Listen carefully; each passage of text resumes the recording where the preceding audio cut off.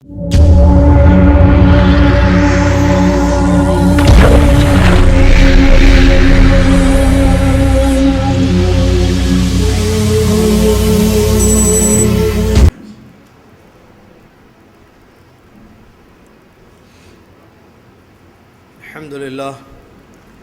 لله رب العالمين والصلاة والسلام على رسوله الأمين. أما بعد، أعوذ بالله من الشيطان الرجيم. بسم الله الرحمن الرحيم.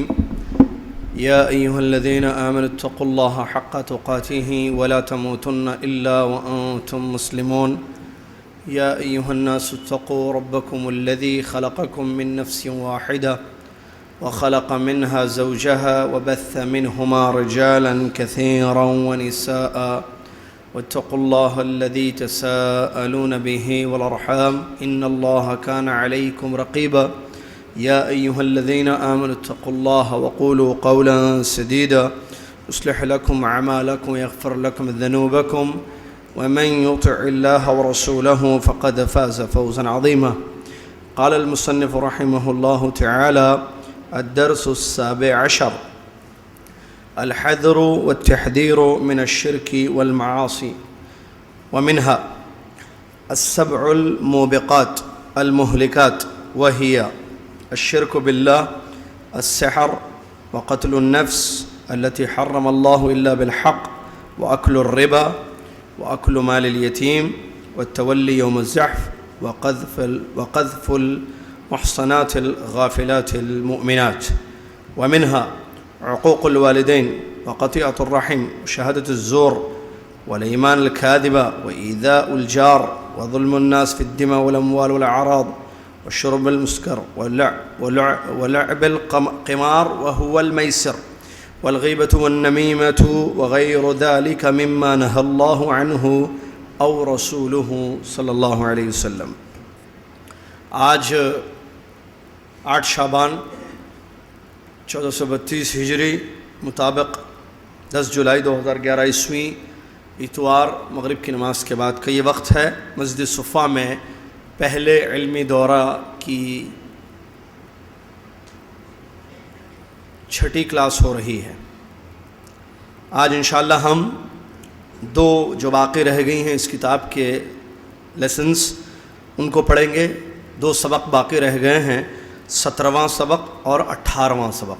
17واں سبق شیخ نے ان گناہوں کا اس میں ذکر کیا ہے کہ جن کے بارے میں وعید شدید آئی ہے اور ان سے بچنا ایک ایمان والے کے لیے سخت ضروری ہے.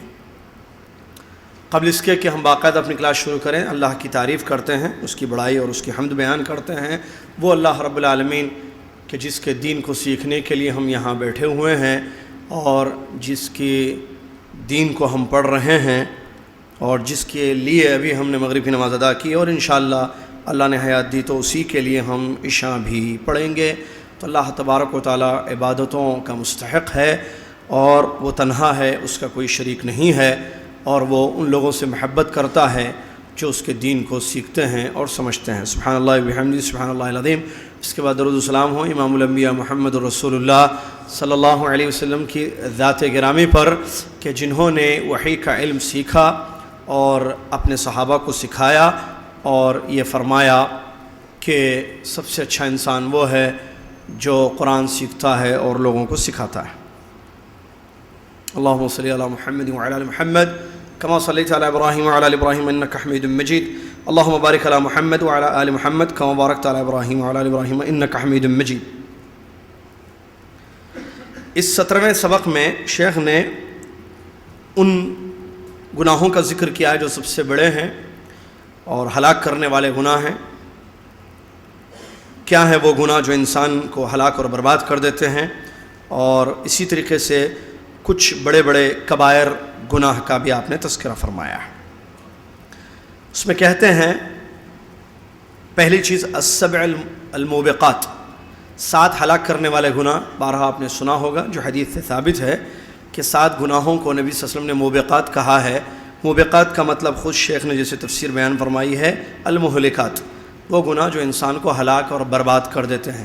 ظاہر بات ہے وہ گناہ جو انسان کو ہلاک اور برباد کر دیں، انسان چاہے گا کہ اس سے اپنے آپ کو بچائے۔ وہ 7 گناہ کیا ہیں؟ پہلا ہے الشرک باللہ، اللہ کے ساتھ شرک کرنا۔ یہ ایسا گناہ ہے جو بڑا بھی ہے اور انسان کو ہلاک اور برباد کر دیتا ہے۔ اہل علم نے قرآن اور حدیث کی روشنی میں سب سے بڑا گناہ اس کو بیان کیا ہے۔ جیسا کہ نبی علیہ الصلوۃ والسلام سے پوچھا گیا، سوال کیا گیا کہ اکبر الکبائر کیا ہے، سب سے بڑا گناہ کیا ہے؟ تو آپ نے فرمایا الاشراک باللہ، اللہ کے ساتھ شرک کرنا یہ سب سے بڑا گناہ ہے۔ دوسرا گناہ جادو ہے۔ 7 ہلاک کرنے والے گناہوں میں سے دوسرا ہلاک کرنے والا گناہ ہے جادو۔ جانتے ہیں سب جادو کس کو کہتے ہیں، کیا کہتے ہیں، ٹھیک ہے، اس کی اقسام ہے، جادوگر کی سزائیں ہیں قرآن کی آیتوں میں۔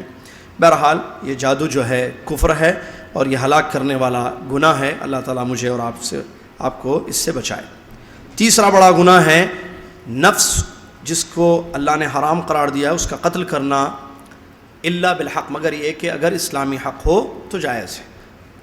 کسی کی جان لینا یعنی ناحق، یہ کہیں آپ اردو میں، ناحق کسی مسلمان کا قتل کرنا، یہ بھی ہلاک کرنے والے گناہوں میں سے ہے۔ ناحق اس کا مطلب حق سے قتل کیا جا سکتا، ہاں حقوق آئے ہیں۔ اگر کوئی مرتد ہو جاتا ہے، اسلامی حکومت ہے، تو مسلمان حاکم کو جو ہے اس بات کی اجازت دی گئی ہے کہ وہ مرتد کو قتل کر دے۔ اسی طریقے سے اگر کوئی شادی شدہ ہے اور وہ زنا کرتا ہے اور اس کا زنا ثابت ہوتا ہے تو شرع نے اس بات کا حکم دیا کہ اس کو قتل کیا جائے۔ اسی طریقے سے النفس بالنفس جو کہا گیا، اگر کوئی مسلمان کسی دوسرے مسلمان کو قتل کرتا ہے تو اس کو بھی شریعت نے کہا کہ قتل کر دیا جائے، ٹھیک ہے۔ لیکن یہ حکم حاکم کو ہے۔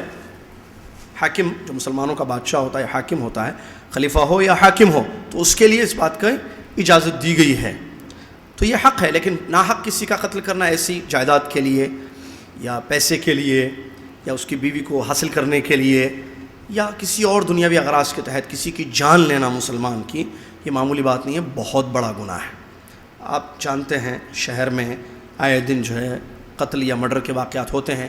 ایک مسلمان دوسرے مسلمان کو مارتا ہے، نہ صرف یہاں بلکہ بہت سارے مسلمان شہروں میں جہاں مسلمان رہتے ہیں، ایک مسلمان دوسرے مسلمان کا قتل کرتا ہے۔ کس لیے قتل کر دیا ہے؟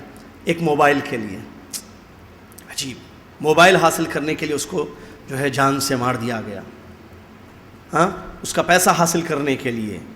نعوذ باللہ، اسلام نے سختی کے ساتھ اس کو منع کیا ہے، اور یہ اس بات کا بھی ثبوت ہے کہ اسلام دہشت گردی کی تعلیم نہیں دیتا ہے بلکہ دہشت گردی کو روکتا ہے۔ کسی کی ناحق جان لینا، کسی کو ناحق قتل کرنا دہشت گردی ہے، اور اسلام اس سے منع کرتا ہے۔ اگر کوئی مسلمان یہ کام کرتا ہے تو وہ غلط ہے، اسلام صحیح ہے۔ اسلام اس کی اجازت نہیں دیتا ہے کہ کسی کا قتل کیا جائے، مسجد میں گھس کر کسی پر فائرنگ کی جائے، گولیاں ماری جائے۔ کسی کو گولی مارنا، کسی کا مرڈر کرنا، کسی کو قتل کرنا، کسی مسلمان کی جان لینا، اس کی اجازت اسلام نے ہرگز نہیں دی ہے۔ بلکہ بات لمبی ہوگی، موضوع بڑا، یہ بھی خود ایک مستقل موضوع ہے۔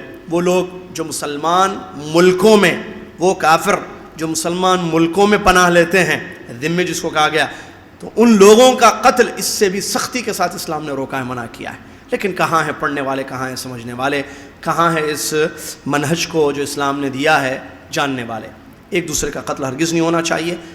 معمولی چیزوں کی وجہ سے جو ہے قاتلانہ حملے کیے جاتے ہیں، آپ نے دیکھا ہے، واقعات ہیں، چاہے وہ بڑا ہو یا چھوٹا ہو۔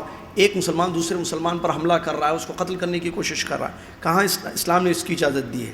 اگرچہ وہ کچھ بھی کرے آپ کے ساتھ یا آپ نے اس کے ساتھ کیا، آپسی دشمنی ہے، لیکن اس کا یہ مطلب نہیں ہے کہ جو ہے آپ ایک دوسرے اپنے مسلمان بھائی کو قتل کریں۔ اکل الربا، یہ بھی ہلاک کرنے والا گناہ ہے، اللہ اس سے محفوظ رکھے۔ اکل الربا مطلب سود کھانا، الگ الگ نام ہیں، الگ الگ طریقے ہیں، لیکن جو سود کی تعریف علماء نے بیان کی ہے وہ چیز اس میں پائی جاتی۔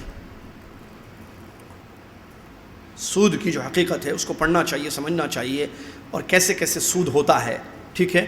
یہ تفصیلی بحث ہے، شیخ نے یہاں اس موضوع کو صرف گناہوں کا تذکرہ کیا، اس سے بچو، یہ حرام چیزیں ہیں، انسان کو ہلاک اور برباد کرنے والی چیزیں۔ مال کی ہوس میں، مال کی خواہش میں انسان اس بات کا خیال نہیں کرتا ہے کہ وہ کس راستے سے پیسے کو کما رہا ہے۔ سود کی بڑی لعنت آئی ہے قرآن و حدیث میں، اللہ اکبر، معروف آیت ہے، بارہا سنا ہوگا آپ نے کہ اللہ تبارک و تعالیٰ نے اعلان جنگ کہا ہے یا کیا ہے اس سے جو سود کھانا نہیں چھوڑتا ہے. اللہ اکبر. اور اس کے کئی درجات ہیں. سب سے کم تر درجہ جو ہے اپنی ماں کے ساتھ بدکاری کرنا ہے. اسی طریقے سے 5واں ہلاک کرنے والا گناہ اکل مال الیتیم ہے. یتیم کا مال کھانا. اللہ اکبر. یتیم کا مال, بچہ ظاہر بات ہے یتیم ہے تو اس کا مال ہے, اس کے مال کو انسان کھاتا ہے حرام طریقے سے, ناجائز طریقے سے, تو ظاہر بات ہے یہ بڑا گناہ ہے اور ہلاک کرنے والا گناہ ہے. البتہ یتیم کی پرورش میں مال اگر اس کا خرچ کیا جائے, یہ تفصیل ہے اپنی موضوع میں, اگر یتیم کا مال احسن طریقے سے اس کا پیسہ اس کی پرورش پر خرچ کیا جائے تو یہ چیز جائز ہے. اور اللہ تبارک و تعالیٰ نے خاص طور سے قرآن میں آیتیں نازل کی ہیں کہ ان کے مال کی وہ امانت ہے, اس کی حفاظت کی جائے. جب وہ سن شعور کو پہنچیں تو ان کے مال ان تک پہنچا دی جائے. ٹھیک ہے. اور میدان جنگ میں پیٹ پھیر کر چلے جانا, منہ موڑ کر چلے جانا. جنگ ہو رہی ہے مسلمانوں اور کافروں کے درمیان, ٹھیک ہے, ایک جنگ ہے, اسلامی جنگ جس کو کہتے ہیں, تو وہ جنگ ہو رہی ہے تو وہاں سے بزدلی اپنی دکھاتے ہوئے پیٹ پھیر کر چلے جانا, یہ بھی شریعت نے اس کو ہلاک کرنے والا گناہ اور بہت بڑا گناہ اس کو قرار دیا ہے. 7واں ہلاک کرنے والا گناہ بھولی بھالی مومن عورتوں پر تہمت لگانا. اللہ معاف فرمائے, یہ بھی معاشرے میں بہت پھیلا ہوا ہے. ایک عورت ہے تو اس پر الزام لگانا. عورت, اس بات سے مجھے ایک قاعدہ یاد آ رہا ہے. علماء نے نصوص کی روشنی میں قاعدہ بیان کیا ہے. کیا ہے وہ؟ کہ اصل مسلمان کی اصل یہ ہے کہ وہ پاک ہے. سمجھ رہے ہیں قاعدے کو؟ مسلمان ہے نا, مرد ہو یا عورت, اصل یہ ہے کہ وہ بری ہے. الاصل فی المسلم البراء کا بری ہے, یعنی اگر بری سمجھتے ہیں, بری ہے, کیا بولیں گے بری کو بھائی؟ آزاد نہیں, آزاد سے مراد وہ قید آزاد نہیں, جیل و آزاد والا نہیں ہے. کیسے سمجھاؤں میں؟ الزامات سے بری ہیں, بے گناہ ہے. اصل یہ ہے کہ مسلمان بے گناہ ہے, مرد ہو یا عورت. اب اگر کوئی کہتا نہیں یہ زانی ہے, یہ بدکار ہے, یہ گندا ہے, یہ خبیث ہے, تو یہ الزام, یہ کیا ہے؟ الزام ہے. شریعت نے کہا کہ اگر تم کسی پر الزام لگاتے ہو یا کہتے ہو کسی کو بدکاری کا, تو شواہد پیش کرنا پڑے گا, ثابت کرنا پڑے گا. کسی کو یہ بدکار عورت ہے یا نعوذ باللہ زانیہ ہے یا زانی ہے, تو پھر ثابت کرنا ہے, ورنہ کوڑے مارے جائیں گے, تہمت لگائی تم نے. تو اللہ معاف فرمائے, معاشرے میں بہت زیادہ یہ پہلی بھی چیز ہے قذف جس کو کہتے ہیں, تہمت لگانا. اس میں تو علماء کو بھی نہیں بخشا جاتا ہے. اللہ معاف فرمائے.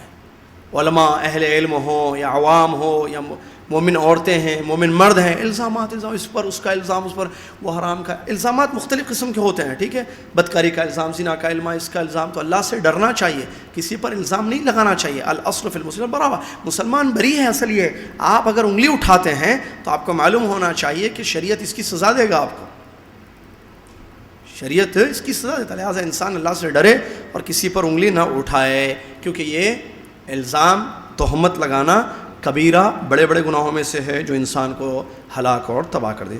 اور ان 7 جن کا خصوصی طور پر حدیث میں نبی علیہ السلام نے ذکر کیا ہے کہ یہ ہلاک کرنے والے گناہ ہیں. اس کے علاوہ بھی کچھ کبائر ہیں, بڑے بڑے گناہ ہیں جس پر وعیدیں آئی ہیں. تو وہ بتاتے ہیں عقوق الوالدین, ماں باپ کی نافرمانی کرنا.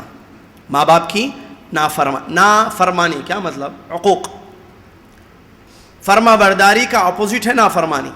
یعنی ماں باپ حکم دے رہے ہیں اور وہ حکم شریعت کے مخالف نہیں ہے. لا طاعت لمخلوق فی معصیۃ الخالق, اللہ کی نافرمانی والا حکم نہیں دے رہے ہیں کہ جاؤ میرے لیے سگریٹ لے کر آؤ, یا جاؤ فلم لے کر آؤ, یا جاؤ مزار پر جا کے سجدہ کرو. یعنی اللہ کی نافرمانی جس میں ہو رہی ہے اس میں ماں باپ کی اطاعت نہیں کی جائے گی. لیکن اگر ماں باپ اس سے ہٹ کر عام حکم دیں تو جس میں اللہ کی نافرمانی نہیں ہو رہی ہے تو ماں باپ کی اطاعت کرنا ضروری ہے. نہیں کریں گے, حقوق کی اپنی فہرست ہے لمبی, تو یہ کبیرہ گناہوں میں سے ہیں, بڑے بڑے گناہوں میں سے ہیں. اور بڑے گناہوں کے بارے میں قاعدہ یاد رکھیے, بغیر توبہ کے معاف نہیں ہوتے ہیں. چھوٹے گناہ نیکیوں سے معاف ہو جاتے ہیں. وضو آپ نے کیا, نماز آپ نے پڑھی, عمرہ آپ نے کیا, طواف آپ نے کیا, جمعہ کی نماز آپ نے پڑھی, صغائر معاف ہو جاتے ہیں.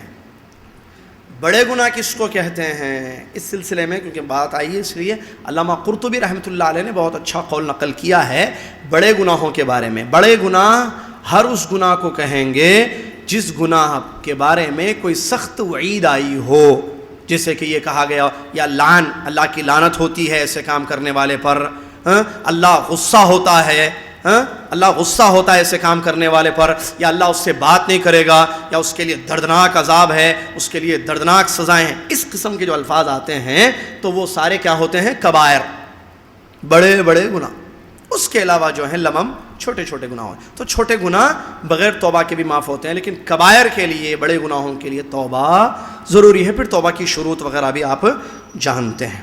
تو عقوق، ماں باپ کی نافرمانی، اللہ محفوظ رکھے، یہ بہت بڑا گناہ ہے، کبائر میں سے۔ قطیعۃ الرحم، رشتوں کو ختم کرنا، رشتہ داریاں ہوتی ہیں، اللہ نے رشتے بنائے تو رشتوں کو ختم کرنا، قطع رحمی، صلہ رحمی کا حکم دیا گیا ہے۔ رشتوں کو جوڑنا چاہیے، ملا رشتوں کو جوڑنا چاہیے، رشتوں کو ختم نہیں کرنا چاہیے۔ اور اس سلسلے میں واصل کس کو کہتے ہیں؟ رشتوں کو جوڑنے والا۔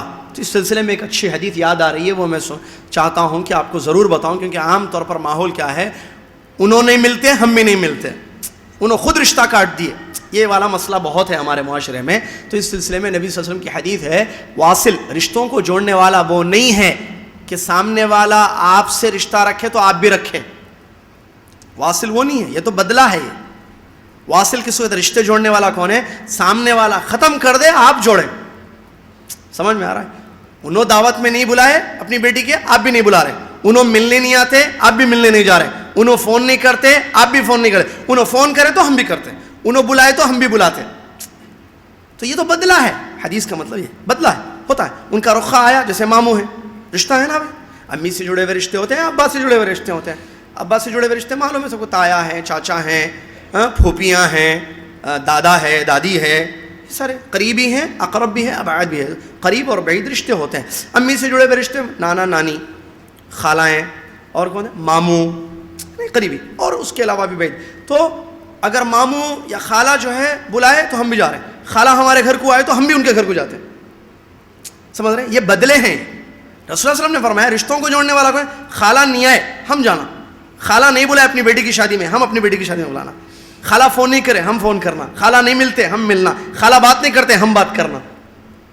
رشتوں کو جوڑنا بہت ضروری ہے، یہ رشتہ داروں معمولی بات نہیں۔ وآتی ذی القربى حقہ، قرآن کی آیت ہے، حکم ہے، اقیموا الصلاۃ، حکم، نماز قائم کرو، اسے امر یقتضی الوجوب۔ چلیے، اسی طریقے سے شہادت الزور، جھوٹی قسم کھانا، دوست کے لیے یا رشتہ داروں کے لیے کورٹ میں جا کر جو ہے جھوٹی قسم کھائیں۔ کیوں؟ زمین مل جائے گی، انہیں بولا 200 گز کا پلاٹ ہے، ذرا آؤ ذرا بول دو 50 گز آپ کے، ایک جھوٹی قسم کھا، ہاں میں قسم کھا کے کہہ رہا ہوں جج صاحب یہ زمین ان کی چاہیے، اللہ اکبر، جھوٹی قسم، شہادت الزور، ٹھیک ہے؟ تو یہ بھی جو ہے بڑے بڑے گناہوں میں۔ اسی طریقے سے پڑوسی کو تکلیف دینا بہت بڑا گناہ ہے، حدیثوں میں جو ہے اس کا بھی ذکر آیا ہے۔ پڑوسی کو جھوٹی گواہی دینا یہ بھی بہت بڑا گناہ ہے، قسمیں کھانا جیسا ہے ویسے جھوٹی گواہی دینا، شہادت الزور جھوٹی گواہی کو کہتے ہیں، شہادت الزور جھوٹی گواہی، والایمان الکاذبہ جھوٹی قسمیں ہیں، ایذار الجار پڑوسیوں کو تکلیف دینا، خون یا مال یا عزت کے ان 3 چیزوں میں لوگوں پر ظلم کرنا، یعنی کسی کا خون بہانا، کسی کی ناک پھوڑ دیے، کسی کا ہاتھ توڑ دیے، کسی کو زخمی کر دیے، ظلم ہے یہ، خون بہائے کسی کا مال لے کے بھاگ گئے یا مال لیے لیکن واپس نہیں کیے، ظلم ہے یہ۔ کیا ہے یہ؟ ظلم۔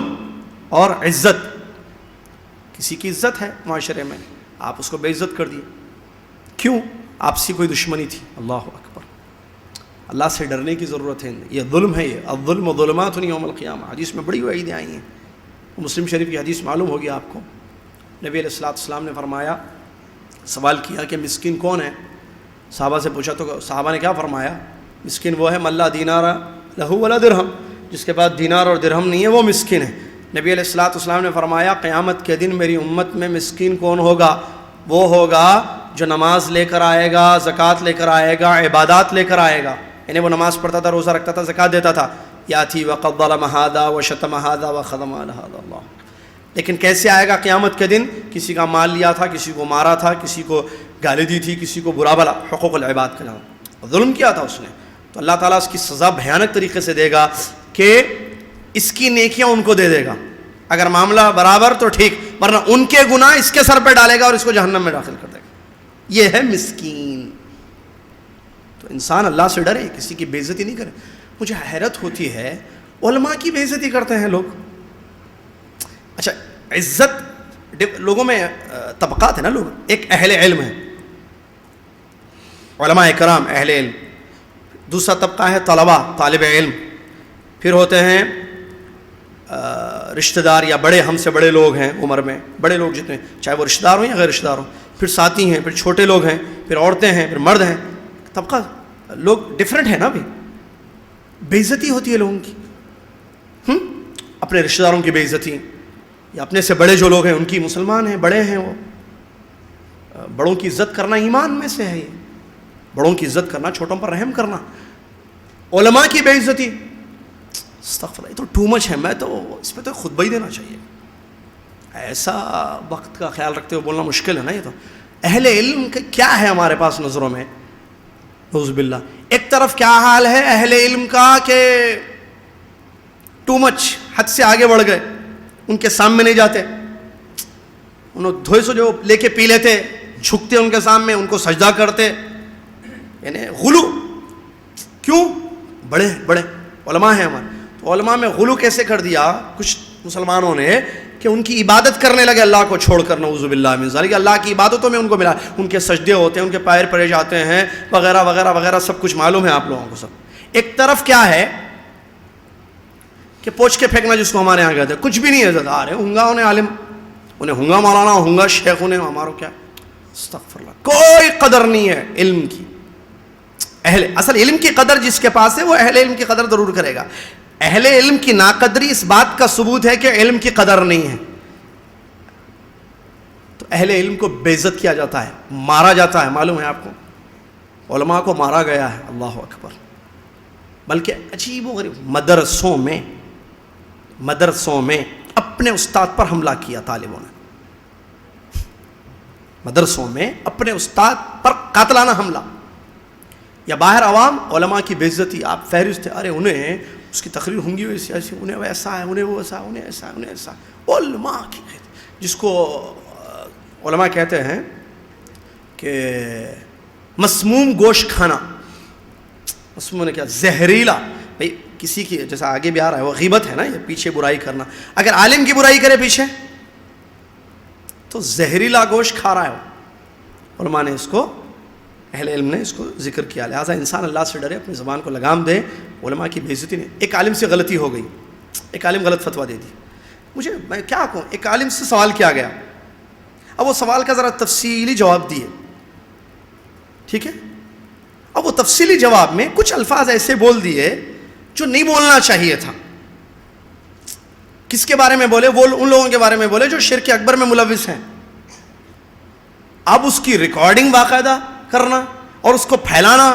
دیکھیے ہم نے ان کا درس کروایا جدہ میں عزیزیاں.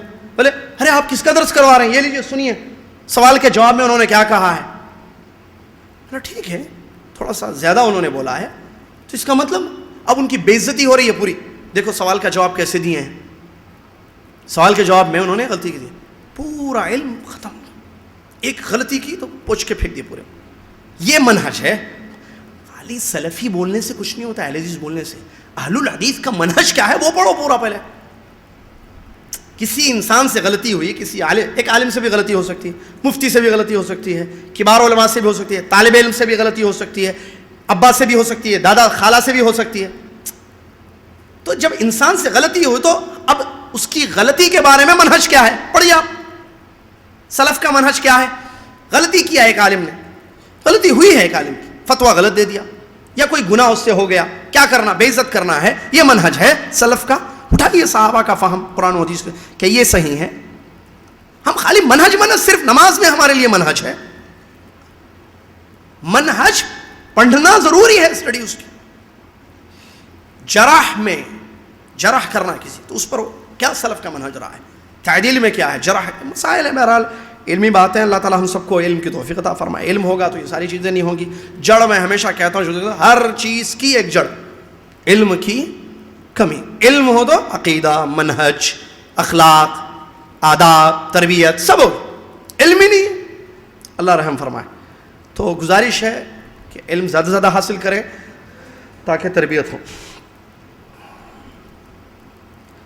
اور نشہ آور چیزوں کا استعمال کرنا یہ بھی بڑے بڑے گناہوں میں سے. ہر وہ چیز جس سے نشہ, کل مسکر ما اسکر کثیرہ فقلیلہ حرام. جو زیادہ صرف نشہ آور, کیا مطلب نشہ آور چیزیں پینا حرام ہے. شراب پینا, شراب سے نشہ آتا ہے. بیئر سے وزیر کوئی پینا چاہ رہا ہے, بولتے نہیں وہ بیئر میں نشہ نہیں ہے, وسکی میں نشہ ہے, تو وسکی حرام ہے, بیئر حلال ہے. نہیں, حدیث میں ہے ما اسکر کثیرہ فقلیلہ حرام. جو زیادہ پینے سے نشہ ہے اس کا تھوڑا پینا بھی حرام ہے. صحیح حدیث ہے. لہذا اور بھی حدیثیں ہیں, قطرہ بھی حلق کے نیچے اتارنا.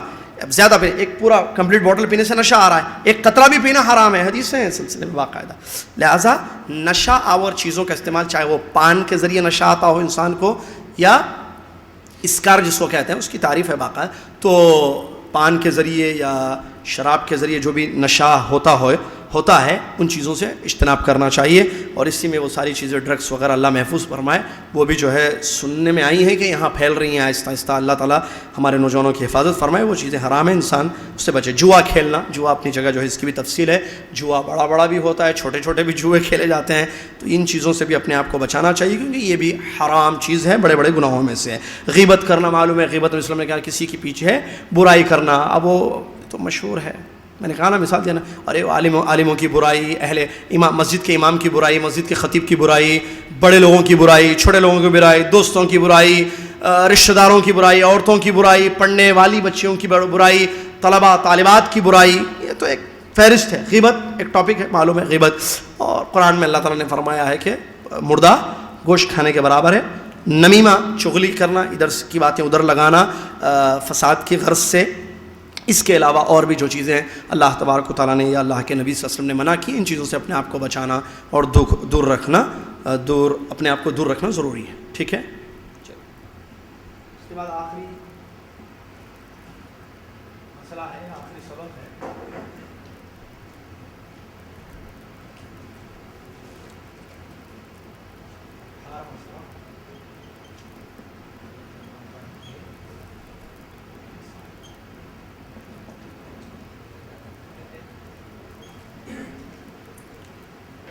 جنازے کے مسائل, یہ لاسٹ سبجیکٹ ہے ہمارا, یا کہیں کہ لاسٹ چیپٹر ہے جو انشاءاللہ آج ہم اس کو ختم کریں گے اللہ کی توفیق اور اس کی مہربانی سے.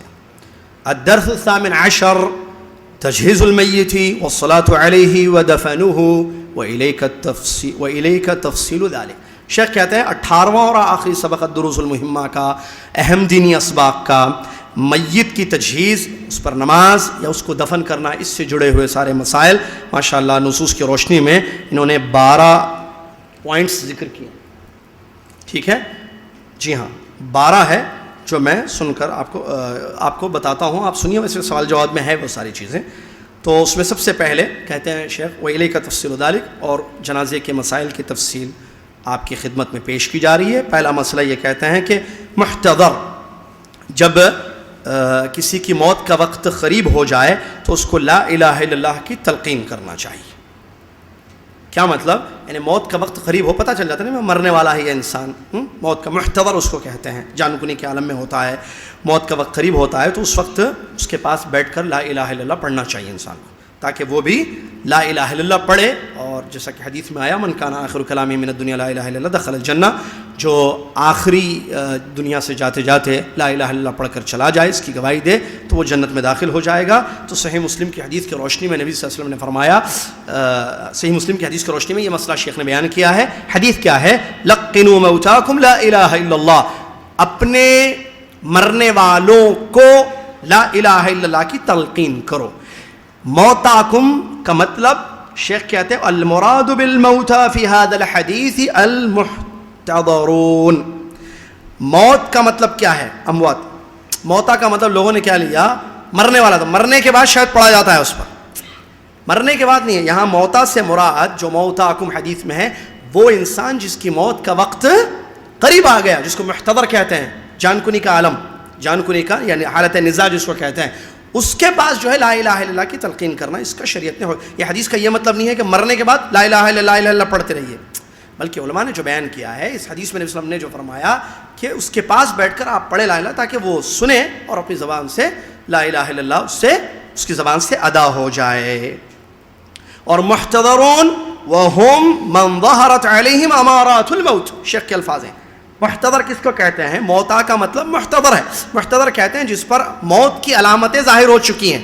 اب مرے گا یا آدھا گھنٹے کے بعد مرے گا 1 گھنٹے کے بعد نہیں معلوم ہوتا، لیکن موت کی علامتیں کچھ ہوتی ہیں، جیسے جان کنی کا عالم جس کو اردو میں کہتے ہیں حالت نزاع، تو وہ علامتیں کچھ ہوتی ہیں جس سے سمجھ میں آتا ہے کہ شاید ان کی اب جب اللہ کا حکم ہوگا کہ موت واقع ہو جائے گی، تو اس کنڈیشن میں جب موت کی علامتیں ظاہر ہو جائیں تو وہاں لوگوں کو چاہیے بیٹھ کر کوئی شخص جو ہے تلقین کرے لا الہ الا اللہ، پڑھیے بھائی لا الہ الا اللہ، یا پڑھیے بہن لا الہ الا اللہ، بولیے لا الہ الا اللہ، اس کو کہتے ہیں تلقین کرنا. ٹھیک ہے، یہ مطلب ہے حدیث کا جو شیخ نے یہاں بیان کیا ہے. نمبر 2، دوسرا مسئلہ، اذا تیقن موتہ، جب اس کی موت کا یقین ہو گیا، مر گیا. اللہ اکبر، ہم بھی مریں گے، جی ہاں ہم بھی مریں گے، کوئی شک نہیں. تیاری اللہ عالم، مریں گے آپ بھی ہم بھی، جی ہاں ہمارے عزیز و اقارب مر چکے ہیں، ہم بھی مریں گے. وہ لوگ پیسہ لے کر گئے، نہیں لے کر گئے، کیا لے کر گئے؟ عمل لے کر گئے. آپ میں پیسہ کما رہے ہیں لے جانے کے لیے یا زندگی گزارنے کے لیے؟ زندگی گزارنے کے لیے. لے جانے کی چیز لے جا رہے ہیں، تیاری ہو رہی ہے یا نہیں ہو رہی ہے؟ فجر پڑھے، آج کل ظہر پڑھے، اللہ کو یاد کیے، قرآن کی تلاوت کیے، حلال کیے، حرام سے بچے، تیاری ہو رہی ہے، تقوی کی زندگی گزارے یا نہیں گزارے؟ کیا بولے صبح سے اب تک؟ کس عالم کے بارے میں، کس کے بارے میں کیا بولے؟ اللہ سب پوچھنے والا ہے. مرنا ہے اور حساب دینا ہے، اللہ رحم فرمائے. تو اذا تیقن موتہ، موت کا یقین ہو گیا ایک انسان کا، کیا کرنا اس کے بعد؟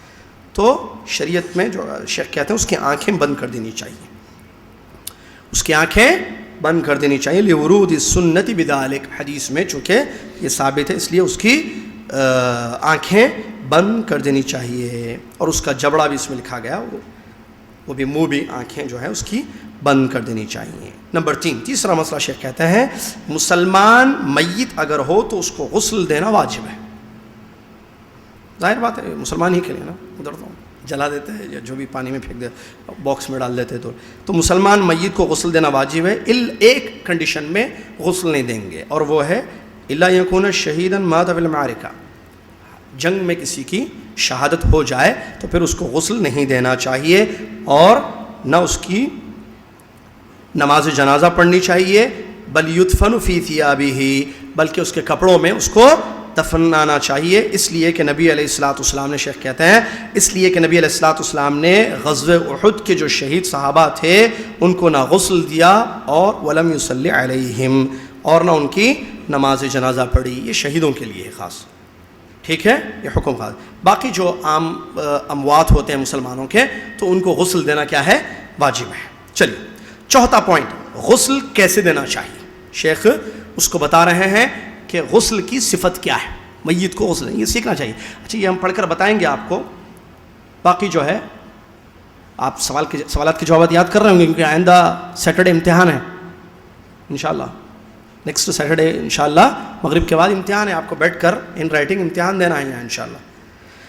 تو یہ آپ بتائیے. لیکن کبھی کسی کو غسل دینا ایک مرتبہ پریکٹیکل، تو اچھا طریقہ سے جو ہے وہ چیز ذہن میں بیٹھ جائے گی. آپ کو کسی کو غسل دیں، آپ میت کو، ہو سکتا ہے اس کے ذریعے جو ہے زندگی بھی بدل جائے. ایک تو سنت پر عمل کر رہے ہیں اور دیکھیں ارے انہیں کیا ہاتھ بھی نہیں اٹھا سکا، میٹ اٹھا کے دھلایا اس کو، تو اپنے آپ کو یاد کر سکتے اپنا، شاید موت اللہ کا ڈر ہو جائے. بہرحال کہنے کا مقصد یہ ہے کہ یہ پریکٹیکل اگر ہو تو چیز اچھی طریقے سے ذہن میں بیٹھ جاتی ہے. تو صفت الغسل کیا ہے؟ شیخ کہتے ہیں سب سے پہلے انہ تستر عورتہ، میت کو غسل دیتے وقت اس کی شرمگاہ کو ڈھانپ دینا چاہیے. عورہ جتنا بھی ہے، مطلب جیسے جو شرمگاہیں ہیں جو بتا دی گئی ہیں سامنے پیچھے وغیرہ، اس کو ڈھانپ دینا چاہیے کپڑے سے، کیونکہ غسل کرنا ہے. سبحان اللہ. دیکھیے یعنی احترام، دیکھیے زندگی میں بھی مسلمان کی عزت ہے، مرنے کے بعد بھی نہیں. مر گیا تو یہ نہیں ننگا کر کے اس کو غسل دے رہے ہیں، ننگا نہیں کرنا ہے، بلکہ اس کی شرمگاہ کو نہیں دیکھنا ہے، اس کی شرمگاہ کو کپڑے سے ڈھانپ کر اس کو غسل دینا ہے. تو پھر لوگوں کو ننگا کیوں کیا جائے؟ لوگوں کے سامنے کسی کی بے عزتی کرنا، ننگا کرنا، جس کو ارے ننگا کر دیا بھائی بولتے نا، ایک مسلمان کی عزت ہے میرے بھائی، مرد ہو یا عورت ہو، مسلمان کی عزت ہے. عرض بہت بڑا مسئلہ ہے، بے عزت نہیں کرنا چاہیے کسی کو. چلیے، تو پہلا کام شرمگاہ کو ڈھانک دینا چاہیے. ثم یرفع قلیلا، تھوڑا سا اس کو اٹھانا چاہیے. کس کو؟ میت کو. ویعصر بطنہ عصرا رفیقا، اور اس کے پیٹ کو ہلکے سے دبانا چاہیے. کس کے؟ یہ غسل دینے کا طریقہ بتایا جا رہا ہے. پیٹ کو ہلکے سے میت کے تھوڑا سا اٹھا کر اونچا رکھ کر تھوڑا سا اس کے پیٹ کو ہلکے سے پیٹ کو دبایا جائے. کیوں؟ تاکہ گندگی نکل جائے، جیسے پیشاب ہے یا پاخانہ ہے، گندگی ہے تو نکل جائے. صفائی کرنا ہے نا، اس کو غسل دے رہے ہیں، نہلا رہے ہیں. خود نہاتا تھا پہلے، آج محتاج ہے. اللہ اکبر، مر گیا میت، کوئی اور نہلائے گا اس کو. اور یہ معاملہ سب کے ساتھ ہونے والا ہے، کیونکہ جب ہم مریں گے تو روح قبض ہو جائے گی. آج ہم نہاتے ہیں، آج ہم نہائے، کل جب موت ہو جائے گی تو کوئی اور ہم کو نہلائے گا. تو پھر ڈر کیوں نہیں ہے؟ اللہ سے ڈرنا کیوں نہیں ہے پھر؟ اللہ اکبر. چلیے، اس کے بعد شیخ کہتے ہیں کہ جو پیٹ کو دبانا چاہیے اس کو ہلکا سا تھوڑا سا. اس کے بعد غاسل یعنی غسل دینے والا جو میت کو نہلا رہا ہے اس کو چاہیے کہ اپنے ہاتھ میں کوئی کپڑا باندھ لے، گندگی کو صاف کرنے کے لیے اپنے ہاتھ میں وہ کپڑا لے لے، باندھ لے، اور پھر استنجا کرائے، یعنی صفائی کرائے، اس کی گندگی وغیرہ کو صاف کرے. پھر اس کو نماز کی طریقے سے وضو کروائے. کس کو؟ میت کو. دیکھیے ابھی مغرب میں اپن وضو کیے، لیکن یہاں کیا ہے؟ کوئی اور ہم کو وضو کروائے گا. اب وضو کیسے کرانا معلوم ہے آپ کو؟ ہاتھ دھلانا، کلی تو کر نہیں سکتا، لیکن منہ میں جو ہے صفائی، ناک، چہرہ، ہاتھ مسا، جیسے وضو. ثم یوضئہ وضوء الصلاۃ، جیسے نماز کے لیے وہ وضو کرتا تھا ویسے ہی اس کو وضو کرایا جائے گا. کس کو؟ میت کو. بھائی جی، میت کا چرا. اس کے بعد اس کے سر کو اور اس کی داڑھی کہہ رہے ہیں شیخ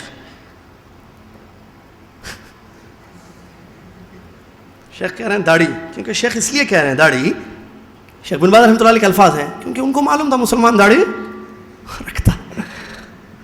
داڑھی کا خلال بھی ہے نا، مسلمان داڑھی رکھتا. آج تو بہت سارے مسلمان نہیں رکھتے ہیں، خالی وہ کیا بولنا مسئلے ہیں. تو اب یہ بولنا پڑتا اردو ترجمے میں، داڑھی رہے تو داڑھی داڑھی کو دھونا، نہیں رہے تو ضرورت ہی نہیں ہے. بہن کو جیسا غسل کرا دے ویسے کرا دینا. کیا ہے بھائی؟ دیکھیے میں لہجہ وہ تو سوچا میری داڑھی کا اب سمجھانا پڑتا. داڑھی رہے تو کرنا، نہیں رہے تو ارے رہنا نہیں رہنا والا نہیں رکھے تو سنت ہے کہتے بھائی، رکھے تو ثواب، نہیں تو کچھ بھی نہیں. کیا کہاں سے سیکھے، کہاں سے علم آیا آپ کو؟ اسی لیے میں نے کہا نصوص کا علم نہیں، قواعد نہیں جانتے ہیں. مسواک کرنا سنت ہے، کرے تو ثواب، نہیں تو کچھ بھی نہیں. ویسے یہ بھی سنت ہے، سنت بولے تو کیا، کرے تو ثواب، نہیں کرے تو کچھ بھی نہیں. کون بولے داڑھی رکھنا واجب ہے؟ قرآن و حدیث کی روشنی میں. کاٹنے والا بڑا گناہ کر رہا ہے، کاٹنے والا بڑا. جی دلیلیں ہیں، علماء کے فتوے ہیں، شیخ بن باز رحمۃ اللہ خود تمام علماء کے فتوے. چلیے برا وہ پانی جو بیری پانی اور بیری کہتے ہیں نا اس کو، سدر کو، بیری کے پتے ملے ہوئے پانی سے، جو ظاہر بات ہے وہ پانی شروع میں تیار کیا جائے گا تاکہ خوشبو ہو، تو اس سے اس کے سر اور داڑھی کو جو ہے دھویا جائے گا. پھر اس کے دائیں پہلو کو، رائٹ حصے کو تھوڑا موڑ کر اس کو دھویا جائے گا پانی سے. ثم الایسر، پھر بائیں حصے کو، پھر اسی طریقے سے دوسری مرتبہ، تیسری مرتبہ اس کو ایسے ہی سیم جیسا ابھی شروع سے طریقہ بتایا، آہستہ آہستہ پیٹ دبا کر اس کو جو ہے گندگی کو صاف کر کے اس کو پانی سے دھویا جائے گا یا دھلایا جائے گا. یمر فی کل مرۃ یدہ علی بطنہ، جب ایک مرتبہ، دو مرتبہ، تین مرتبہ جب پانی بہایا جا رہا ہے اس کی باڈی پر، تو ہر مرتبہ میں شیخ کہتے ہیں کہ پیٹ کو ہلکا سا دبایا جائے تاکہ کوئی چیز نکلے تو اس کی صفائی ہو جائے. غسل دے رہے ہیں نا بھائی، کوئی چیز اگر پیٹ سے ہلکا دبائیں گے اس کو، میت کے پیٹ کو، تاکہ کوئی چیز نکلے. دیکھیں کہہ رہے ہیں فَإِنْ خَرَجَ مِنْهُ شَيْءٌ غَسَلَهُ وَسَدَّ الْمَحَلَّ بِقُطْنٍ أَوْ نَحْوِهِ. پیٹ کو ہلکا سا دبایا جائے تاکہ اگر کوئی گندگی نکلے تو اس کو وہ جو ہے صاف کر دے. اور جب صفائی ہو جائے تو پھر روئی جو ہے وہاں رکھ دینی چاہیے. کہاں؟ جو گندگی نکلنے کی جگہ ہوتی ہے. ٹھیک ہے، صاف کر دینا چاہیے. اس کے بعد روئی رکھ دینا چاہیے. اگر اس کے باوجود بعض ایسے حالات ہوتے ہیں، پتہ نہیں بیماری وغیرہ کی وجہ سے ہوتے ہیں یا کس وجہ سے نہیں معلوم، بہرحال شیخ نے یہ کہا کہ اگر اس کے باوجود گندگی رکی نہ، روئی سے روک دیے شرمگاہ کو، ٹھیک ہے، اس کے باوجود گندگی نکل رہی ہے، اس کی روئی رکھنے کے باوجود گندگی رک نہیں رہی ہے، نجاست اس کی گندگی نکل رہی ہے تو شیخ کہتے ہیں تو پھر پکی ہوئی مٹی یا جو طبی وسائل ہیں جیسا کہ ٹیپ وغیرہ، اس سے جو ہے اس راستے کو بند کر دیا جائے تاکہ وہ چیز نکل کر جو ہے کفن کو میلا نہ کرے. یہ ایک حکم ہے. ٹھیک ہے، ایک پوائنٹ. اس کے بعد پھر جب یہ کام کر دیں گے آپ نے دیکھے وضو کو دوبارہ کرنا چاہیے. ایک مرتبہ شروع میں کرے نا وہ وضو کرائے اس کو، اب ایک مرتبہ دوبارہ اس کا وضو کرانا چاہیے. اور اگر دوبارہ وضو کرانے کے باوجود اس کا جو ہے صفائی نہیں ہو رہی ہے تو 3 یا 4 یا 5 یا 6 یا 7 مرتبہ تک اس کو صفائی یا وضو کرا سکتے ہیں. یہ شیخ کا حکم ہے یا شیخ اس کو بتا رہے ہیں. ثم اس کے بعد کپڑے سے جو ہے اس کو اچھی طریقے سے پوچھ دینا چاہیے. وضو کرا دیے، گندگی صفائی ہو گئی، پوچھ دیے پورا اس کو. ٹھیک ہے، اور گندگی نکلنے والے راستے کو بھی بند کر دیے روئی سے، اگر نہیں ہوا تو دوسری چیزوں سے، وسائل طبی وسائل ٹیپ وغیرہ کہنا چاہیے، پکی ہوئی مٹی وغیرہ سے. اس کے بعد بھی وضو کرا دیے، ہو گیا مسئلہ. اب پوچھ دینا باڈی کو، کیونکہ کچا ہے نا جسم، گیلا جس کو کہتے ہیں فصیح اردو میں، کچا جسم ہے تو اس کو شیخ کہہ رہے ہیں کسی کپڑے سے پوچھ دینا چاہیے. اور اس کے جسم کے جوڑوں اور سجدے کی جگہوں کو، سجدے کی جگہ جو ہوتی ہے یا سجدے کے جو اعضاء ہوتے ہیں اس کو، اس میں جو ہے خوشبو رکھنا چاہیے. جسم کے جو جوڑ ہوتے ہیں، جیسے یہ جوڑ ہے، یہ ہے، یہ ہے، ٹھیک ہے، تو جو جسم کے جوڑ ہوتے ہیں وہاں پر اور سجدے کی جگہوں پر خوشبو، کوئی بھی عطر وغیرہ جو ہوتی ہے، طیب کہتے ہیں اس کو، خوشبو کو، وہ رکھنا چاہیے. شیخ کہتے ہیں اگر پورے بدن کو خوشبو لگائے وہ تو بہت اچھی چیز ہے. فذالک کان حسنا. اس کے بعد شیخ اور بھی کہتے ہیں، یہ حدیثوں کی روشنی میں باتیں بتائی جا رہی ہیں ساری، کہ اس کا جو کفن ہے اس میں بھی بخور کا دھواں دینا چاہیے.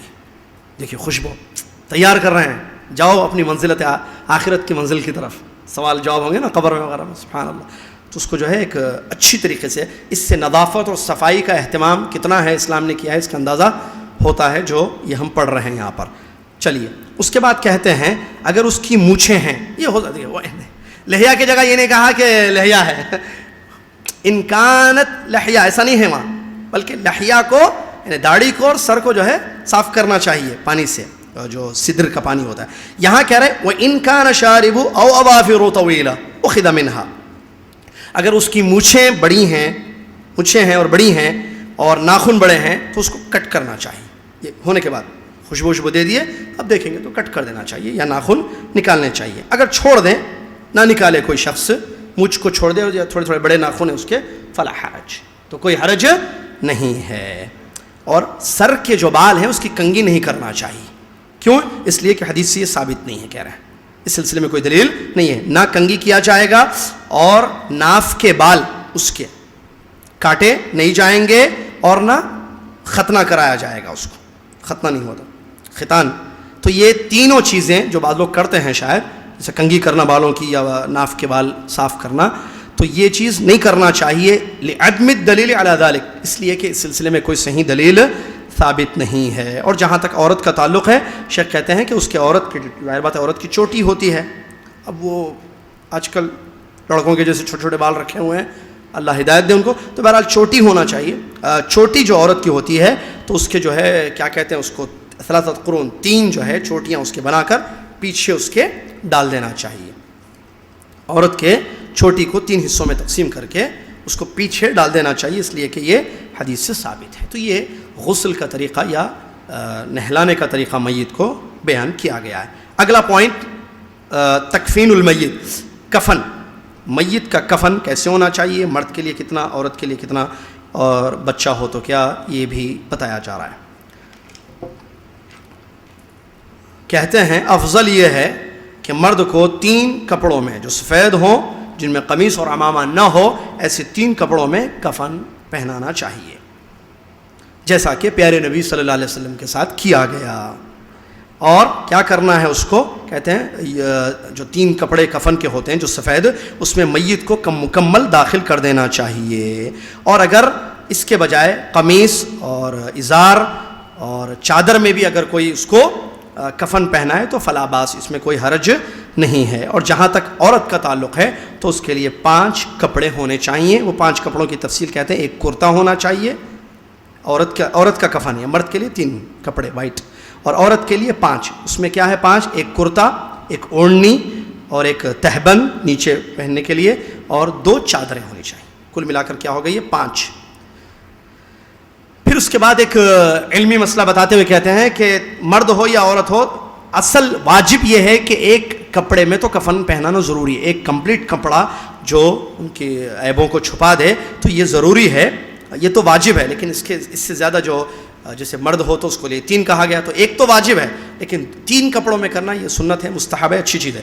عورت کے لیے بھی ایک کمپلیٹ کپڑے میں جو ہے کفن پہنایا جا سکتا ہے، لیکن اگر 4 اور ہوں، اس میں اوڑھنی بھی ہو اور تہبند بھی ہو، 2 چادریں بھی ہوں، تو یہ اچھی چیز ہے، یہ کہنے کا مقصد ہے. اس کے بعد ایک مسئلہ بتاتے ہیں کہ اگر کسی کا انتقال حالت احرام میں ہو جائے تو کیا کریں گے. کیا کفن کے مسئلے میں حالت احرام آپ کو معلوم ہے، جو حالت احرام ہوتا ہے 2 چادریں ہوتی ہیں سفید، جس میں لوگ عمرہ اور حج کرتے ہیں. تو حالت احرام میں اگر کسی کی وفات ہو گئی، یعنی وہ حج کر رہا تھا، اسے واقعات ہوتے ہیں حج میں مینا میں اس کا انتقال ہو گیا، وہ حالت احرام میں تھا، یا عمرہ کر رہا تھا اس کا انتقال ہو گیا، تو ایسے شخص کے لیے کیا حکم ہے؟ کہتے ہیں کہ ایسے شخص کو بیری والے پانی سے غسل دینا چاہیے اور اس کی چادر میں اسی چادر میں اس کو کفن پہنانا چاہیے. اور اس کے لیے شریعت کی طرف سے خاص حکم یہ ہے کہ سر کو ڈھانکا نہ جائے اس کے. اللہ اکبر. کس کے؟ محرم آدمی جو حالت احرام میں جس کی وفات ہو گئی، نہ اس کے سر کو ڈھانکنا چاہیے اور نہ چہرے کو ڈھانکنا چاہیے اور نہ ہی اس کو خوشبو لگانا چاہیے، اس لیے کہ قیامت کے دن وہ تلبیہ کہتے ہوئے اٹھایا جائے گا، لبیک اللہم لبیک کہتے ہوئے وہ اٹھایا جائے گا، جیسا کہ اللہ کے نبی صلی اللہ علیہ وسلم سے صحیح حدیث سے یہ بات ثابت ہے. اس کے بعد محرم اگر عورت ہو تو ظاہر بات ہے یہاں مسئلے ہیں کہ عورت کے لیے کیا کوئی خاص لباس ہے احرام کا؟ مرد کے لیے تو لباس ہے، 2 چادریں، سلا ہوا کوئی کپڑا جو پہننے کے لیے ہوتا ہے، جیسے انڈر گارمنٹس ہیں یا توپ ہے یا پینٹ شرٹ ہے، ٹی شرٹس ہیں، یہ تو نہیں پہننا ہے حالت احرام میں. مرد کے لیے 2 چادریں پہننی چاہیے، اگر وہ سفید ہو تو زیادہ بہتر ہے. عورت کے لیے، کیونکہ عورتیں سن رہی ہیں، ریکارڈنگ ہو رہی ہے، تو میں یہ بات بتاؤں، عام طور پر عورتیں خاص طور سے ہمارے یہاں کی یہ سمجھتی ہیں کہ خاص لباس ہے عورت کا احرام کا، اور وہ ہے وائٹ چادر چمک چمک کی، وائٹ کپڑے اور ہاتھوں میں مہندی وغیرہ لگا کر جانا. جبکہ مہندی جو ہے زینت ہے، یہ زینت جو شوہر کے لیے ہونا چاہیے. یہ حج میں آنے والی عورتیں جو ہے مہندی لگا کر آنا، یہ کہاں سے ہے؟ اور دوسرے وائٹ ہی پہنتی ہیں اور وہ چوٹی کے جیسے جو ہے اسے باندھ لیتی ہیں یہاں پر، اس کو نکالتی نہیں، سمجھتی ہیں کہ یہی احرام کے کپڑے ہیں. جبکہ معلوم ہونا چاہیے کسی صحیح حدیث سے عورت کے لیے کوئی خاص کپڑے احرام کے ثابت نہیں ہیں، بلکہ جو اس کا وہ کپڑا جو ساتر ہو، زینت والا نہ ہو، مردوں کی مشابہت نہ ہو، اسی میں وہ احرام آتی. کیونکہ اصل احرام کہتے ہیں الدخول فی النسک، عبادت میں داخل ہونے کی نیت کرنا، اس کو کہتے ہیں احرام. یہ جو 2 چادریں ہیں اس کو کیا بولتے ہیں؟ احرام کا کپڑا. احرام الگ، کپڑا الگ ہے. تو عورت نے احرام باندھا، مطلب عورت نے عبادت سٹارٹ کی، سمجھ رہے ہیں؟ کپڑا کوئی خاص نہیں ہے عورت کے لیے، جو چاہے وہ میکسی ہے اس کے پاس، یا ایسی ساڑی ہے جو ساتر ہے، نہ پیٹ دکھتا ہے نہ یہ دکھتا ہے، کمپلیٹ ساڑی ہے، اس کی بلاؤز بھی بڑے ہیں، جیسے یو پی وغیرہ میں پہلے جاتے ہیں ماشاءاللہ، جو کمپلیٹ ساتر ہوتے ہیں جس میں کوئی عیب ظاہر نہیں ہوتا ہے. تو ایسے کپڑے یا کیا کہتے ہیں شلوار پائجامہ وغیرہ، کسی بھی کپڑے میں وہ جو احرام باندھے، بشرطے کہ اس میں زینت نہ ہو اور ساتر ہو، عیب کو چھپانے والا ہو، جو چیزیں باڈی چھپانے کی ہیں اس کی، اور مردوں میں کی مشابہت اس میں نہیں پائی جاتی ہے. چلیے، عورت کے لیے بھی وہی حکم ہے. شیخ کہہ رہے ہیں کہ جو بھی اس کا کپڑا ہے اسی میں جو ہے اس کو کفن دینا چاہیے، جو کفن پہنانا چاہیے، اور اس کو بھی خوشبو نہیں لگانا چاہیے، اور نہ نقاب سے عورت کا چہرہ ڈھانکنا چاہیے، کیونکہ حالت احرام میں عورت کو نقاب لگانا منع ہے.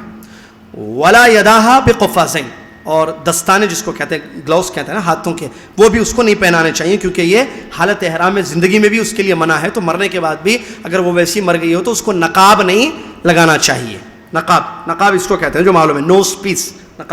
نقاب کہتے ہیں سوراخ کو. تو نقاب کو کس کہتے ہیں؟ کہ ایسا نوز پیس ہوتا ہے جس میں 2 آنکھیں نظر آتی ہیں، اسی لیے اس کو نقاب کہا جاتا ہے. تو یہ چیز جائز نہیں عورت کے لیے پہننا حالت احرام میں. لیکن اوڑھنی ڈالنا جس سے چہرے کو اوڑھنی ٹچ ہو، جائز ہے. ام المؤمنین عائشہ رضی اللہ عنہا کے بارے میں آتا ہے کہ ہم نبی صلی اللہ علیہ وسلم کے ساتھ طواف کر رہی تھیں، حاجیوں کا قافلہ آیا، سدلت احدانا جلبابها علی وجہها، کہ ہم کیا کرتی، اپنے اوڑھنی کو سر کے اوپر سے چہرے پر ڈال لیتی، پھر جب وہ قافلہ چلا جاتا تو اوڑھنی نکال. تو اوڑھنی کو انہوں نے سر کے اوپر سے جب اپنے چہرے پر ڈالا تو سر کو کپڑا لگا یا نہیں لگا؟ ہمارے عورتیں پریشان ہوتی ہیں، کپڑا لگے تو دم دینا کہتے ہیں. کپڑا لگنا منع نہیں ہے بہن، کفن پہننا منع ہے. خالہ جی، آنٹی جی، کفن کہہ رہا ہوں، نقاب پہننا منع ہے. کفن کے مسئلے چل رہے ہیں نا اس لیے کفن آ گیا. نقاب پہننا منع ہے. نقاب ایسے ارے کیا کھلا رکھنا چہرہ؟ بعض لوگ ٹوپی لگا کے دور کپڑا رکھتے ہیں بس دوسری طرف کی آتی ہیں راجستھان وغیرہ، تو یہ غلط ہے. اور وہ بھی غلط ہے کہ کھلا چہرہ رکھ کر سارے ایئرپورٹ میں بیٹھی ہوئی ہیں، پھر بس میں جا رہی ہیں، پھر طواف کر رہی ہیں، پھر مینا میں ہے، مزدلفہ عرفات میں ہے. نہیں، غلط ہے.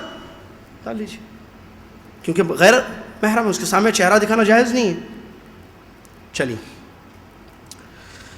لا الہ الا اللہ. تو یہ جو ہے بتایا گیا ہے. اسی طریقے سے بچے کے بارے میں شیخ کہتے ہیں کہ بچے کو ایک کپڑے سے لے کے 3 کپڑے تک میں اس کو کفن پہنایا جا سکتا ہے. چھوٹی بچی ہو تو اس کو 1 کپڑا اور 2 چادریں اس کے لیے ہونی چاہیے کفن میں. اس کے بعد کا اگلا پوائنٹ، اگلا مسئلہ شیخ کہتے ہیں غسل دینا یا نماز جنازہ پڑھانے کا حق سب سے زیادہ کس کے پاس ہے؟ ایک مرد کا انتقال ہو گیا یا کسی عورت کا انتقال ہو گیا، اب اس کو غسل کون دینا چاہیے؟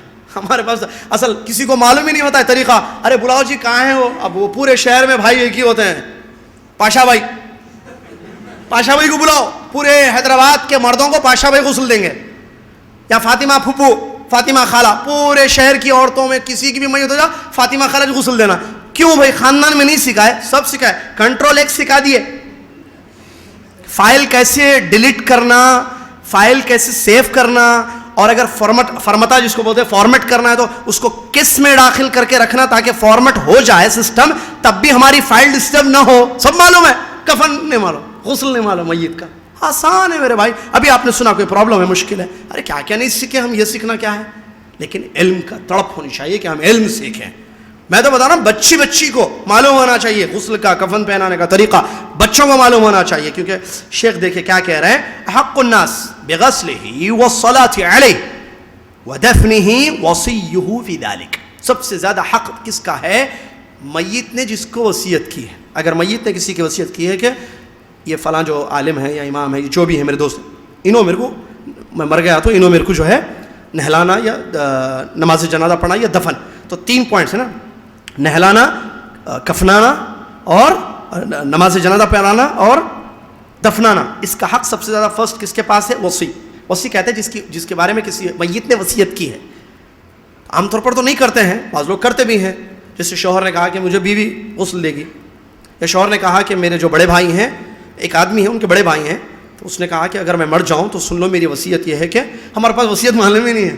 اصل موت وہ آتی کہتے کب کی، بڈھے ہونے کے بعد. ایسا سسٹم چل رہا ہے. ذہن میں کیا ہے، وہ آخری سٹیج میں جب بالکل ہڈیاں کام نہیں کرتے، جب چلے جاتے، جوانی میں چلے جاتے تو ذہن میں نہیں ہے. کئی جوان چلے گئے.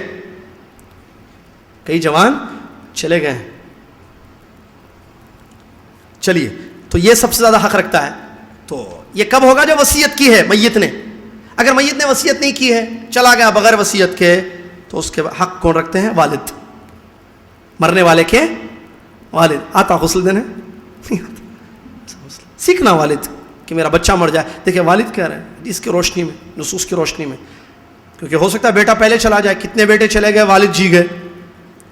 ثم الجد، پھر دادا، باپ نہیں ہو تو دادا. ثم الاقرب فالاقرب من العصبات فی حق الرجل.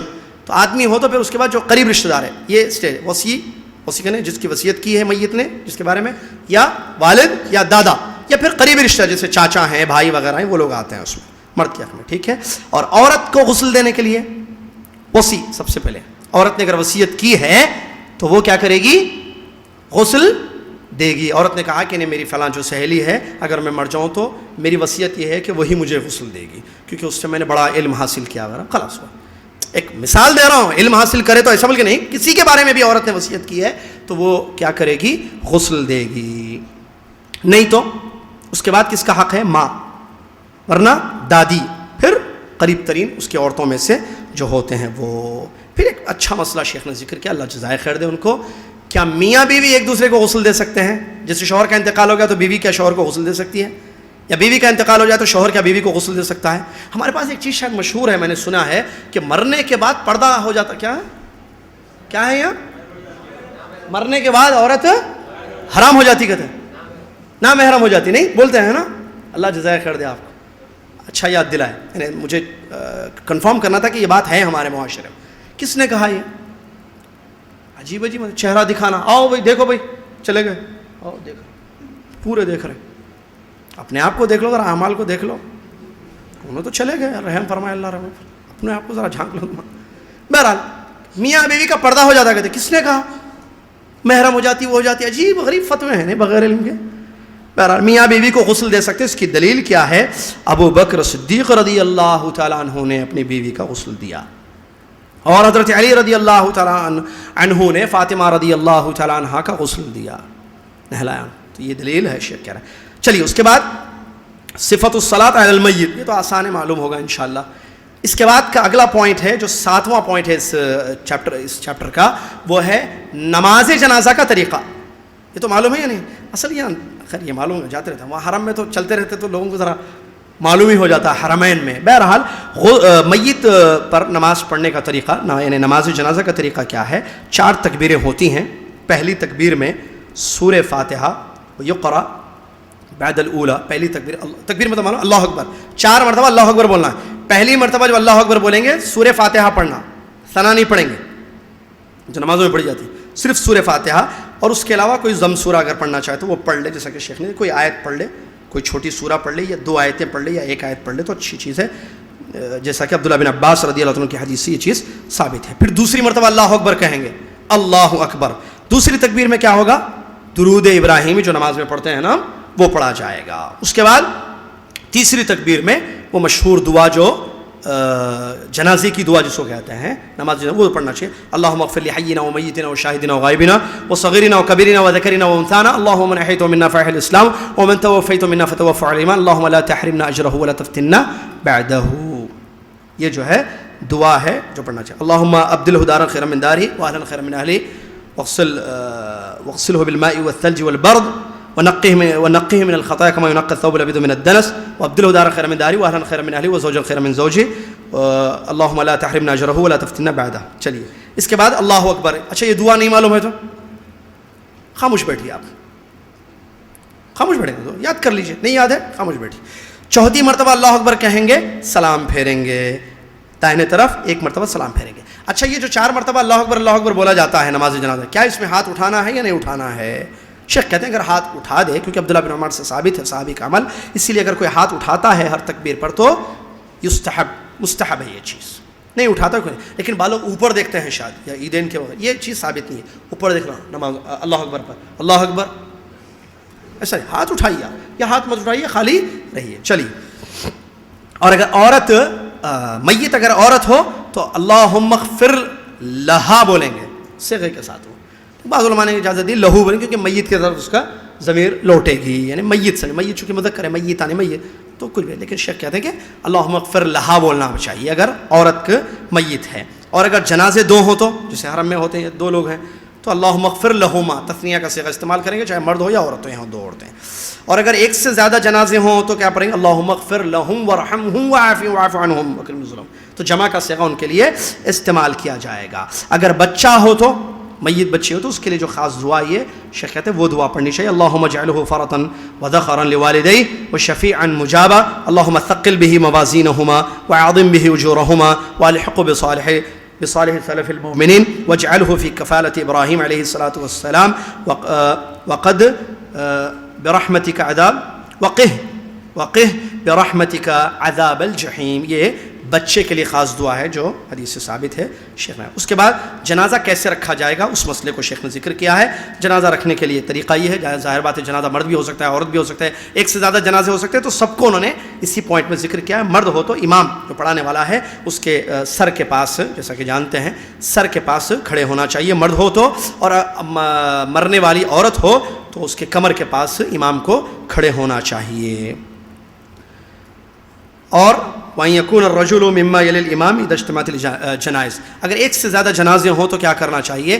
امام کو چاہیے کہ جیسے مرد بھی ہے، ایک مرد ہے یا 2 مرد ہیں 2 عورتیں ہیں، زیادہ جنازے ہیں، کیا کیسے کھڑا کرنا ہے؟ تو کہہ رہے ہیں کہ قبلے کے سائڈ جو ہے عورت کے جو جنازے اس کو کرنا چاہیے، اور امام کو جو نماز پڑھانے والا ہے وہ مرد کے جنازے کے قریب کھڑے ہونا چاہیے. جنازے کا یہ حال، اختلاط کیا ہے؟ اللہ، جنازہ ہو عورت مرد کا تو مرد کو اس طرف کرنا، سامنے جب امام نماز پڑھاتا مرد کے سامنے کھڑا ہو. یہاں تو مل کے چلتے، لگ کے چلتے، نعوذ باللہ من ذالک. نہیں دیکھیے کیسے. چلیے تو یہ ایک مسئلہ ہے. اس کے علاوہ بچے ہوں اگر تو بڑوں کے ساتھ مرد ہے، عورت ہے، بچہ بھی ہے، تو شیخ کہتے ہیں کہ بچے کو قریب کرنا چاہیے، اس کے بعد مرد، پھر عورت، امام، پھر وہ اس حساب سے کھڑا ہو جائے. تو یہ ایک چیز انہوں نے ذکر کی ہے. اور زیادہ ہو تو بچی ہو تو کیسے، بچہ ہو تو کیسے، بہرحال یہ ایک مسئلہ انہوں نے یہاں پر ذکر کیا. چلیے، صفت دفن المیت، اس کے بعد ایک اہم نقطہ ہے اور وہ ہے دفن کیسے کرنا چاہیے، یعنی دفنانے کا طریقہ کیا ہے. تو اس کو کہتے ہیں مشروع. یہ بات ہے، یعنی حدیث سے یا شرع سے یہ بات ثابت ہے کہ آدمی جو ہے اپنے کمر کے برابر بغلی قبر، بغلی سمجھتے ہیں نا، لحد جس کو کہتے ہیں، جی، تو بغلی قبر کھودنی چاہیے.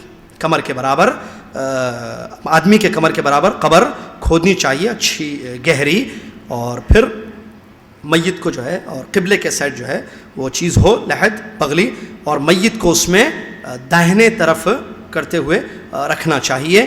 اور اس کے جو کفن کا جو گرہ ہے، جس کفن کو جو باندھے تھے نا، وہ گیٹ کیا بولیں گے، گرہ، تو اس کو جو ہے کھول دینا چاہیے. لیکن کفن کا کپڑا نہیں نکالنا چاہیے، صرف کھول دینا چاہیے اس کو. کس کو؟ وہ جو جینٹس ہوتے ہیں جو باندھتے ہیں نا تاکہ اس کو کھول دینا چاہیے. اور چہرہ بھی جو ہے، چاہے میت مرد ہو یا عورت ہو، چہرہ اس کا نہیں کھولنا چاہیے. کہاں؟ قبر میں. قبر میں چہرہ نہیں کھولنا چاہیے.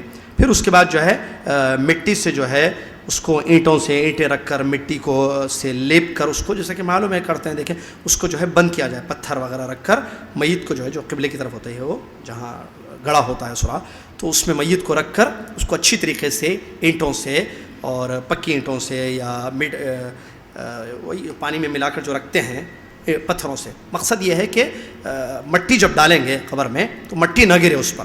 تو شیخ کہہ رہے ہیں اس کو کوئی جو بھی اویلیبل چیز ہے وہاں پر، ان چیزوں سے جو اس کو ڈھانک دینا چاہیے. اگر مٹی بھی نصیب نہ ہو یا اینٹیں نصیب نہ ہوں تو اس کو جو ہے پتھروں سے یا دوسری چیزیں کوئی بھی ہو، لکڑیاں وغیرہ ہو، تو ایسی چیزوں سے جو ہے اس کو محفوظ کر دینا چاہیے، اس طریقے سے کہ مٹی اس پر نہ گرے.